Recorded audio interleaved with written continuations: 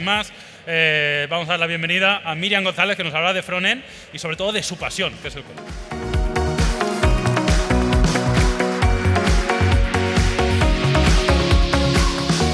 Hola, ¿qué tal? Muchas gracias a todos y a todas por venir aquí. Me hace una especial ilusión estar aquí hoy porque es mi primera ponencia en persona.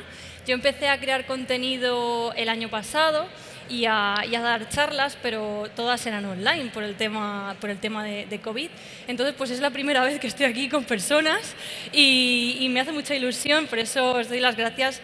Y voy a intentar hacerlo ameno, por eso he puesto muchos gifs de gatitos, porque creo que eso va a hacer que estéis más despiertos, porque sé que son unas horas ahora mismo un poquito todavía así después de la siesta y demás.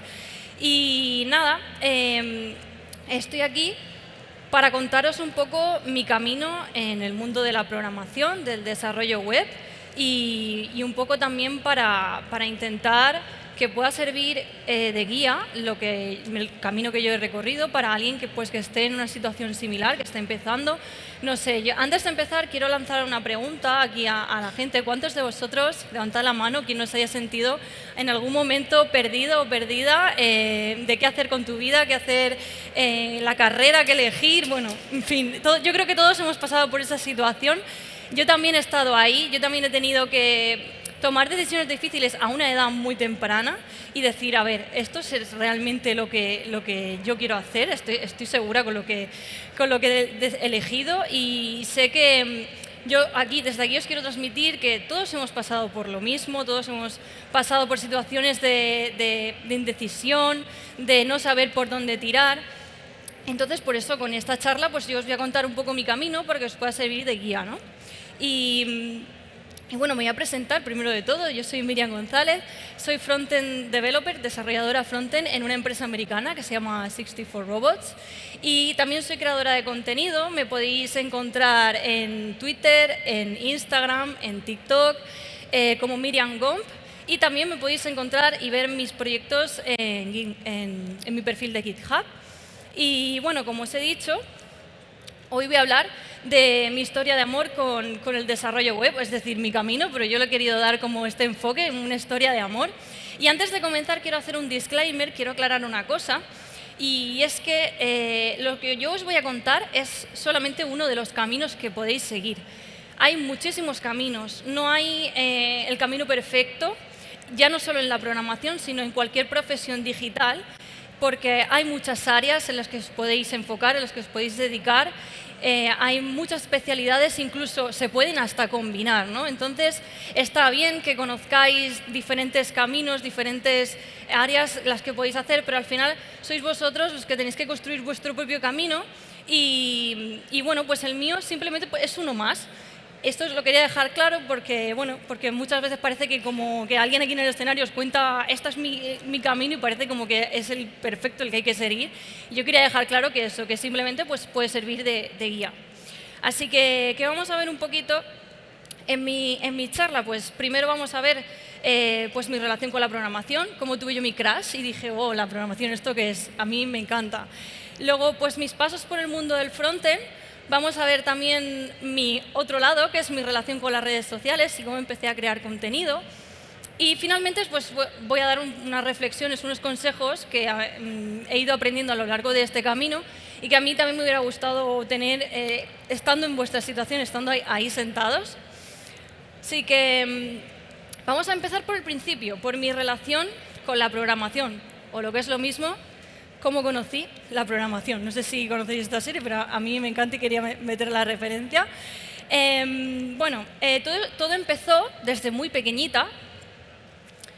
Pues mi padre compró el primer ordenador, yo creo que muchos empezaron así.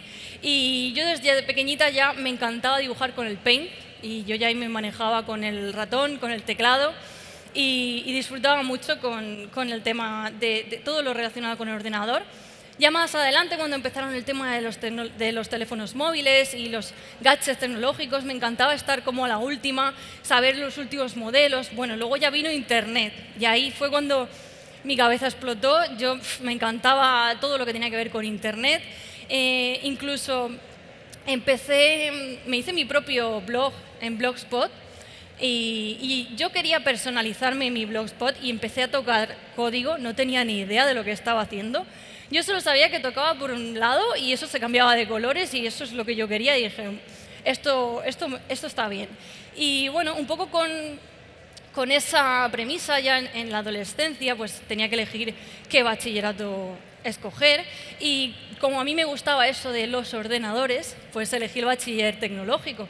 También fue un poco por descarte, también digo, porque no me gustaba, o sea, sabía que no quería dedicarme ni a letras, ni a ciencias, ni de la salud, ni sociales. Entonces no me quedaba mucho más por dónde moverme y como me gustaba el tema de ordenadores, pues tiré por ahí, pero también pues no lo tenía muy claro. Y ahí ya sí que di asignaturas de informática, sobre todo ofimática, y pues todo eso me gustaba. Entonces, cuando me tocó el momento de elegir la carrera profesional, o sea, la carrera que estudiar, alguien me recomendó, oye, pues podrías hacer ingeniería telemática, que bueno, también tocas ordenadores, pero tienes como más salidas, ¿no? Lo típico que también dicen, haz esto, que tiene muchas salidas. Y allá que me fui, me metí en ingeniería telemática, que para quien no lo conozca es ingeniería de telecomunicaciones, una especialidad, que es la telemática. Bueno, por poner un poco de contexto, los 2 primeros años están muy enfocados en asignaturas que tienen que ver con las redes, con ondas electromagnéticas, circuitos. Y cuando yo entré el primer año lo pasé fatal. Dije, no sé si esto es lo que yo de verdad quería estudiar, porque yo quería estudiar esto de los ordenadores, pero lo que yo estaba viendo no era muy de eso. Y en primer año también empecé con mi primera asignatura de programación. Empecé a aprender Java y, bueno, spoiler, el primer año lo suspendí con un 2 o incluso menos, no recuerdo, pero eso fue como mi punto de qué estoy haciendo. No me están gustando las asignaturas de redes, tampoco le estoy entendiendo esto de la programación. No sé si habréis escuchado, pero la programación siempre pasa que tenéis que desarrollar como una parte de la mente, es la lógica de la programación y es como que el momento que te hace el cerebro clic y pasas de no entender nada a ya entender un poco de qué va esto. Entonces a mí al principio me pedían que sacara soluciones, que fuera resolutiva en problemas que yo no tenía ni idea y eso no me estaba haciendo clic el cerebro. Así que ahí tuve un punto de decir, ¿qué hago? ¿Lo dejo? Pero bueno, quise darle una segunda oportunidad, volví a repetir esa asignatura y coincidió con que cambié de profesor y este profesor dio la asignatura de una forma mucho más práctica, era diferente y aquí, gracias a este profesor y a que le volví a dar una segunda oportunidad, porque a veces pasa que a la primera no y hay que intentarlo. De nuevo, gracias a que le di esta segunda oportunidad, pasé de sacar un 2 a sacar un 9 en la asignatura. O sea, ya me hizo clic el cerebro, ya vi que bueno, esto de la programación me empieza a gustar, o no sé lo que es, pero ya le veo algo de luz a la carrera. Vamos a seguir adelante con esto. Entonces llegó tercero y en una asignatura del mismo profesor, cuando nos quería enseñar programación orientada a objetos, decidió hacerlo de una manera diferente. ¿Qué hizo? Nos dividió en equipos y nos propuso hacer un juego para Android. No tengo el APK porque esto estamos hablando ya de hace tiempo, pero sí que tengo algunas capturas de partes de este proyecto. Por poneros un poco en situación, el juego que nosotros ideamos era un científico que tenía que encontrar la cura para una enfermedad y vino unas bacterias que luchaban para matarlo. Entonces, este científico tenía que huir al principio del juego porque las bacterias le mataban y cuando capturaba una píldora, que sería el antídoto, pues ya podía cazar a las bacterias y el juego terminaba pues cuando podía cazarlas todas o cuando perdía porque se lo comían, lo mataban las bacterias. Esto que puede parecer algo muy actual, es de 2013, así que, bueno, entonces, ¿por dónde iba? El proyecto. Entonces, mi parte en este proyecto fue la interfaz de usuario. La interfaz de usuario, yo empecé bocetando, empecé haciendo, como estáis viendo aquí, pues unos bocetos de los personajes. Luego hice los bocetos también de las pantallas que iba a componer cada parte del juego. Me vine arriba, hice los sprites de los juegos, el logo, incluso le metí algunas animaciones a los botones Y bueno, luego todo esto lo pasé a código y es donde acabaría como mi parte, ¿no? Yo me encargué un poco de lo que es la programación del diseño de la interfaz. Bueno, pues con este proyecto fue con el que yo de verdad aquí yo me enamoré de la programación y del desarrollo de aplicaciones. ¿Por qué? Porque yo me pasé muchas horas delante del ordenador buscando en foros, conocí Stack Overflow, se me planteaba un reto tras otro y yo avanzaba y yo pensé, esto no me está pasando con el resto de asignaturas, con estas asignaturas que están más enfocadas a la telemática. Esto tiene que significar algo, ¿no? Entonces yo aquí dije, vale, yo quiero orientarme a esta parte, yo quiero orientarme a desarrollo de aplicaciones. Y bueno, pues llegamos a cuarto, ya mi último año de carrera, y aquí esto sí que estaba mucho más enfocado a desarrollo web, aplicaciones web. Aquí ya aprendí JavaScript, aprendí HTML, CSS, bases de datos, PHP, en fin, todo lo necesario para hacer, por ejemplo, un clon de Film Affinity. Y ya aquí sí que dije, vale, esto sí que me está gustando. O sea, quiero indagar por aquí. Creo que este es el camino que yo quiero seguir. Y por eso me cogí una optativa donde pude tocar mi primer framework, que era Angular. Esta imagen que estáis viendo es del proyecto que hice en esa asignatura, que se trataba de una pizzería online, simplemente pues para trabajar con el framework y entenderlo un poco. Y bueno, a pesar de nuestras caras de cansancio, mi compañero y yo pues aquí estábamos muy contentos porque mientras muchas horas de trabajo conseguimos sacar el proyecto adelante, aprendimos mucho a lidiar con el framework, trabajamos con Bootstrap, que por aquel entonces estaba muy de moda, y yo aquí realmente fue donde conocí el frontend y donde yo sabía que aquello que estaba haciendo en el juego de diseñar las pantallas y luego programarlas, esto era la parte visual con la que el usuario interacciona de una aplicación, que es la parte del frontend, y yo sabía que yo quería tirar por aquí. A pesar de que había empezado en una carrera de telecomunicaciones, yo al final fui un poco por ensayo-error encontrando mi camino hacia el mundo del frontend. Y a partir de aquí, pues empiezan mis pasos en el mundo del front. Empecé como becaria en un departamento de mi universidad. Estuve unos 2 años y allí desarrollé un proyecto que se convertiría en mi trabajo fin de grado. Este proyecto se llama UPCT Play y es una plataforma de gestión de videojuegos educativos con el objetivo de que los profesores de la universidad pudieran incluir juegos en su docencia. Bueno, aquí estáis viendo un poquito un spot publicitario que hicimos del juego. También tuvo alguna noticia en periódicos locales. A nivel técnico, este proyecto no lo hice con ningún framework, fue todo con tecnologías básicas, con HTML, CSS, HTML, un poco lo que yo había aprendido en la carrera, ¿no? Y lo más importante para mí de este proyecto es que fue con el que conseguí el título de ingeniera telemática y por fin pues, pude terminar mis estudios y desarrollarme. Y le tengo mucho cariño a este proyecto porque gracias a que aquel profesor decidió enfocar esa asignatura de una manera diferente y hacer un juego y proponernos ese reto, yo no dejé la programación y gracias a eso a día de hoy me dedico a eso y trabajo de eso. Entonces, poder acercar los juegos a los docentes y que lo puedan incluir en sus clases a mí me hacía mucha ilusión. Por eso ya digo que este proyecto le tengo especial cariño. Y bueno, después de esto empecé con mi primer trabajo como Junior Frontend Developer en una empresa que se llama Neuromobile y aquí fue donde me estalló la cabeza. Aquí fue donde empezaron a abordarme palabras nuevas, términos nuevos que te vienen del mundo, del mundo tech, herramientas nuevas, metodologías de trabajo nuevas, en fin, un montón de cosas que yo las primeras semanas, incluso el primer mes, yo llegaba a mi casa con el cerebro frito, que no quería ver un ordenador, o sea, yo no podía más, yo digo, esto es demasiado. Pero es totalmente normal. De hecho, también me invadía mucho el síndrome de la impostora porque yo decía, a ver, yo he entrado en esta empresa y no soy capaz de sacar trabajo adelante, pero es que como juniors frontend o de lo que sea, como desarrolladores juniors, no vamos a ser productivos desde el minuto 1. De hecho, hasta los 3-6 meses no vamos a ser capaces de sacar trabajo adelante y eso es algo que tenéis que tener claro porque hay mucho que aprender. Y bueno, ya digo que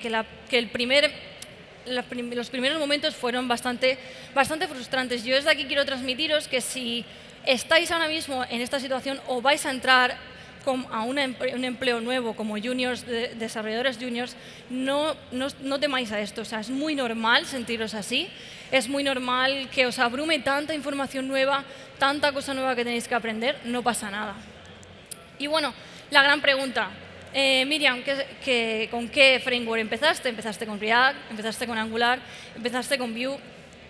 Pues con ninguno de los tres. Empecé con un framework que se llama Ember, que no sé si aquí alguien lo conocerá, pero esto fue porque realmente a mí cuando me hicieron la entrevista de trabajo evaluaron mis capacidades técnicas de las tecnologías básicas, es decir, de HTML, de CSS, de JavaScript, pero no de ningún framework. Yo había tocado Angular, como os he comentado, pero a mí eso no lo tuvieron en cuenta porque realmente me lo iban a enseñar. Y yo creo que esto es importante. Yo creo que en las empresas, cuando contratan a alguien junior, tienen que valorar otras cualidades como la proactividad, como el intentar solucionar las cosas cuando te quedas bloqueado. Todo este tipo de cosas son mucho más importantes que a lo mejor tengas un poquito de conocimiento del framework, porque esto te lo van a ir enseñando al entrar en el trabajo. Y bueno, Ember para mí, yo os digo que tiene una curva de aprendizaje muy densa, o sea, es increíble la curva de aprendizaje que tiene. Yo me frustré mucho, esto lo tengo que decir. Había días que me fui a casa llorando, eso es así.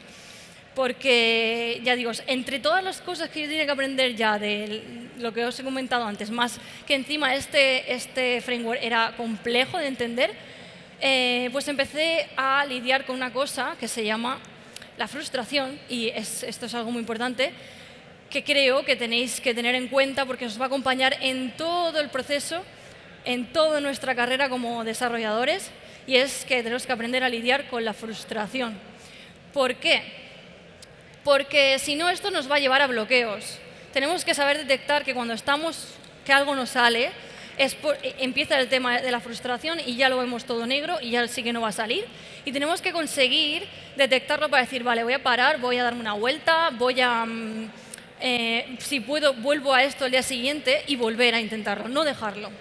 No sé si conocéis el mito de Sísifo, pero yo os cuento que Sísifo, por unas cosas que hizo, fue condenado a arrastrar una gran roca por una montaña muy empinada y cuando estuviera esta roca justo arriba, entonces volvería a caer y tiene que empezar de nuevo.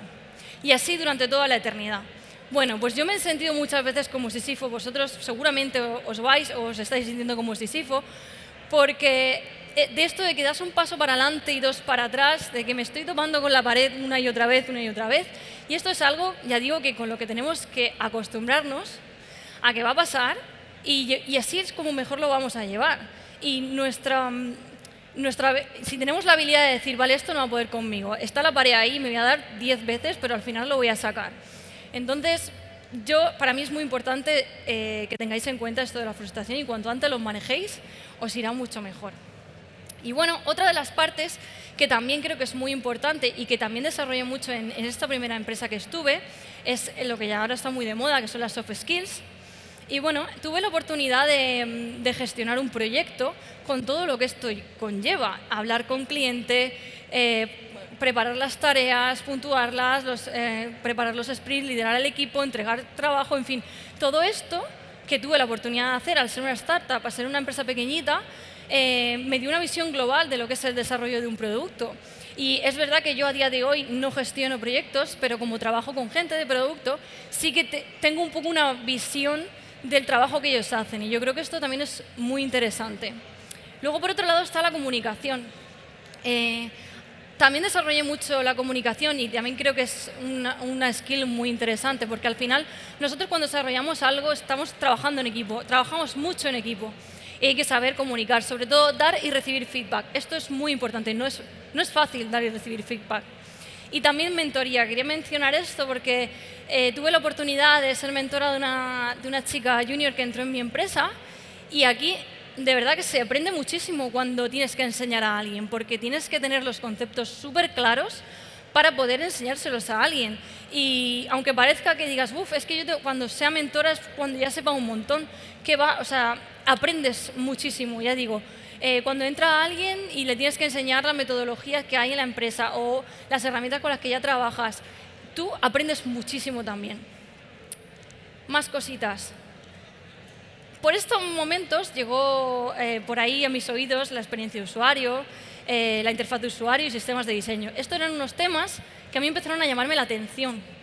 Yo quería indagar sobre esto, sobre todo los dos primeros, porque todo aquello que yo dibujaba pantallas, que cuando desarrollo lo hacía de forma intuitiva, pienso mucho en el usuario que va a utilizar la aplicación, o también hago componentes, intento componentizar las cosas para que se puedan reutilizar y no estar reinventando todo el rato la rueda. Todos estos temas que a mí me llamaban la atención, dije, ostras, hay personas que se dedican exclusivamente a esto. Yo quiero indagar por aquí. Dentro del front quiero especializarme y quiero ver cómo podría dedicarme a estos temas. Entonces, para eso tenía que empezar a hacer cambios y a principios de este año cambié de empresa. Empecé en 64Robots y bueno, esto significó un cambio brutal para mí porque cambiaba de equipo, de trabajo, cambiaba de modalidad de trabajo porque ahora es 100% remoto, cambiaba de idioma, al ser un equipo internacional el idioma oficial es el inglés. Y lo más importante, cambiaba de stack tecnológico, dejaba atrás todas las herramientas y todo lo que ya conocía para empezar con uno nuevo. Dejaba Ember y empecé con Nuxt, que es un framework de Vue. Empecé con Tailwind CSS, empecé con Cypress, que es de testing, incluso de diseño. Empecé a tocar Figma. Y bueno, yo al principio me sentí también como Sísifo, digo, vale, estoy aquí abajo otra vez, ya que tenía controlado esto, tengo que empezar de nuevo y emprender otra vez. Y en todos estos meses que han pasado desde que estoy aquí, a diferencia de Sísifo, yo estoy disfrutando mucho del proceso, de aprender otra vez cosas nuevas. Es verdad que al principio me sentía otra vez un poco junior, porque ya tenía que volver a preguntar un montón de cosas, no estaba como en mi zona de confort, pero yo he disfrutado mucho de esto y por eso os recomiendo no quedaros en una única tecnología y no casaros con un único framework o con una única cosa. Creo que si tenéis la oportunidad de aprender diferentes áreas, de formaros en diferentes áreas, esto os va a dar una visión global muy buena que incluso os puede ayudar en tareas muy sencillas diarias que creéis que no va a servir. Pues cuando ya tienes conocimientos de diferentes cosas, como que vas hilando, vas tirando una cosa y otra y cuando tienes que sacar la solución a algo, al final cualquier cosa te da la solución. Entonces, yo os recomiendo que si tenéis la oportunidad, podáis formaros de diferentes áreas, que además dentro del mundo tecnológico hay muchísimas cosas. Vale, y esto ya era hablando de mi parte, mi carrera profesional, y ahora vamos a hablar un poquito de cómo empecé a crear contenido, es decir, cómo se creó mi relación con las redes sociales. Y nos tenemos que remontar un poco a ese momento que os he comentado, que yo veía que quería como especializarme un poquito más dentro del frontend y que necesitaba cambios, ¿no? Entonces, para esto dije, vale, yo tengo que indagar, o sea, tengo que conocer gente de la comunidad, tengo que moverme un poco, porque yo sola en esto tampoco voy a ir a ningún sitio. Entonces, abrí una cuenta en Twitter y también me hice mi portfolio pues, para que me conozcan mi trabajo y sepan que existo. Entonces, esto también lo hice en una herramienta que por aquel entonces estaba empezando y que a mí también me llamaba mucho la atención, que es Notion. Mi página web está construida totalmente en una herramienta no-code, es decir, una herramienta con la que no se necesita programar para hacerlo. Y aunque sea un poco extraño, es una herramienta que quería utilizar y que quería aprender y para eso pues dije, vale, pues mi portfolio ahí. Y entonces en Twitter empecé a crear contenidos sobre estos temas que a mí me estaban interesando, es decir, experiencia de usuario, interfaces de usuario, diseño, bueno, lo que yo ya sabía de programación, sistemas de diseño, web components, en fin, todas las tecnologías de las que yo quería aprender. Y esto me llevó a dar mis primeras charlas, como ya digo, de forma online. Di charlas en Open Source Weekend, di charlas en Google Chrome Summit de España.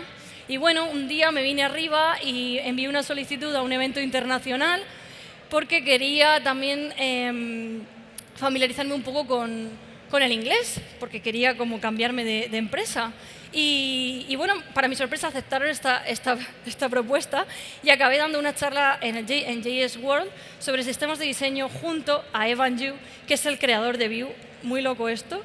Pero bueno, la verdad que cuando te enfrentas a retos así, grandes, de verdad que, aunque parezca que vas a caer en el abismo, te da mucha seguridad después decir, mira, me he enfrentado a esto y lo he hecho en inglés y mi confianza aumentó y de hecho a la vista está que ya ahora trabajo en una empresa internacional. Y bueno, también como conocí gente de la comunidad tech, conocí a Alba Silvente y junto a ella empezamos un proyecto que de verdad que le tengo mucho cariño, que es nuestro podcast No me da la vida.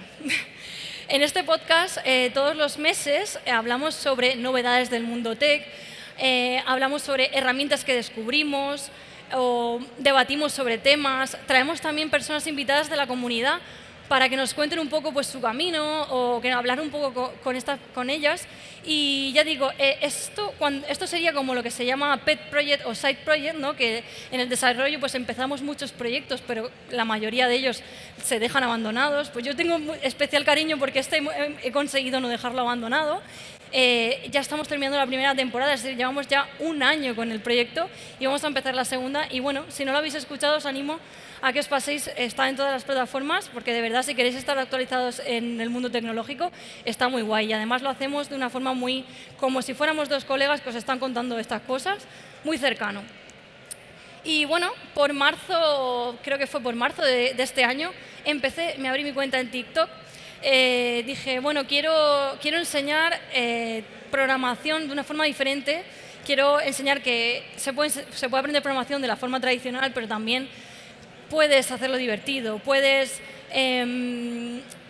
aprender con juegos, puedes aprender con proyectos, con retos. Y por eso comparto mucho este tipo de cosas, porque como a mí me funcionó y gracias a eso no lo dejé, yo quiero que si alguien está dudando en dejarlo o si le interesa esto, pues tenga este tipo de cosas para que vean que la programación también se puede aprender de una manera más divertida. Y bueno, tuvo muy buena aceptación, de hecho creo que ahí es donde despegó bastante mi comunidad, de la pequeñita que ya tenía en Twitter. Y por este verano abrí también mi cuenta de Instagram un poco con el mismo objetivo. Pero como Instagram también pues, te da un poquito más de cercanía, de poder hablar con la comunidad, en fin, que siempre hay que estar en varias redes sociales. Y este es el objetivo que tenía, el mismo objetivo, acercar la programación de una manera diferente a todo el mundo que quisiera aprender programación. Y pues gracias a todo esto estoy aquí ahora mismo dando esta charla con vosotros. Pero realmente para mí crear contenido, y por lo que yo creo contenido a diario, es por ayudar a personas que están a lo mejor perdidas y no saben por dónde seguir en el mundo de la programación. Y mensajes como estos son los que de verdad a mí me llegan. Mensajes donde me dicen, mira, estaba perdido en esto y gracias a lo que has compartido no lo he dejado. Para mí eso de verdad es lo que más valor le doy y lo que más importancia para mí tiene la creación de contenido. Y bueno, ya para terminar os quiero dar unos consejos que yo he ido aprendiendo un poco de ensayo-error y de enfrentarme 1000 veces y que me hubieran gustado recibirlos estando ahí abajo como estáis vosotros ahora. Lo primero de todo, el primer consejo que os quiero dar es haz tu propia ruta de aprendizaje. Es decir, está bien venir aquí, escuchar mi charla, escuchar otros caminos, saber qué diferentes áreas te puedes dedicar, pero al final te tienes que sentar y escribir tu propia ruta. Y cuando digo escribirla de verdad, coger un folio, una aplicación, lo que sea, pero esto está muy bien para aterrizar todas las ideas que tenemos, aunque luego esto lo vayamos modificando. Pero así que si un día nos encontramos perdidos, vamos a saber que está ahí la ruta y que eso es el camino que nosotros tenemos que seguir. Luego, definir un objetivo alcanzable. Esto lo voy a poner un ejemplo en mi caso para que lo entendáis mejor. Hay muchísima información ahora mismo, entonces para no perder el foco, lo ideal es que digáis un objetivo tangible a corto plazo. Por ejemplo, en mi caso, quiero desarrollar un componente de mi sistema de diseño. Y te haces la pregunta, ¿qué necesitas para conseguir esto? Pues en mi caso necesito aprender un framework o aprender un lenguaje de programación para poder desarrollarlo. Necesito que este componente saber hacerlo de manera genérica. Necesito que se documente con Storybook, en fin. Al final te respondes con las cosas que tienes que aprender. Y así esto ayuda a que te enfoques y no te pierdas el hilo. Y cuando termines con este objetivo, pues empiezas el siguiente. Como digo, trabajar la frustración. Esto lo quería recalcar porque me parece bastante interesante. Tenemos que trabajar la frustración. Y luego, lo ideal sería poder encontrar mentores que nos ayuden, porque yo tuve la oportunidad de tener un mentor y me ayudó muchísimo. No solo formación hay mucha, pero un mentor te guía, te da consejos basados en su experiencia, consejos más a nivel de tira por aquí o esto déjalo, no mires estos artículos, mejor mira estos otros. Pero como sé que esto es muy complicado, no es tan fácil de conseguir, yo os aconsejo buscar personas que estén en la misma situación que vosotros, que estén empezando, por ejemplo, a estudiar un framework o que estén empezando a estudiar programación y entre vosotros hagáis piña, os preguntáis y, por ejemplo, si un día uno está de capa caída, el otro le anima. Siempre avanzar en el camino en compañía y en equipo se hace mucho más ameno que uno solo perdido por el mundo. Luego, preguntar. Esto es algo que he aprendido yo mucho a las malas, porque me daba muchísima vergüenza preguntar. Yo esto de meterme en un foro, en una comunidad y lanzar una pregunta, a mí me daba mucho miedo. Yo digo, van a decir, ¿esta dónde viene con esta pregunta tan básica? Y de verdad que me costó años lanzarme a preguntar. Y de verdad que se avanza muchísimo lanzando preguntas y nadie os va a tomar por tontos porque ya han pasado por ahí, ya se han hecho esa pregunta antes y os van a ayudar. Por suerte en la comunidad de desarrollo nos ayudamos muchísimo y de verdad os animo mucho a preguntar, ya sea en foros privados, en Twitter, donde sea.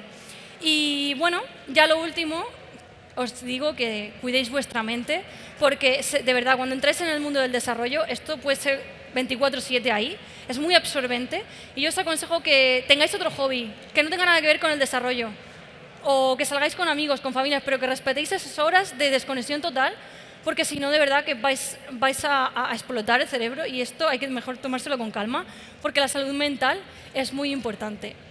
Y ya está. Si tenéis preguntas o lo que sea, ya sabéis que estoy por redes sociales. Voy a estar un ratito por aquí por el evento, también me podéis encontrar y preguntarme. Y nada, que muchas gracias de verdad por escuchar mi ponencia y por estar aquí. Y os dejo que disfrutéis con el resto de ponencias y del evento. Gracias.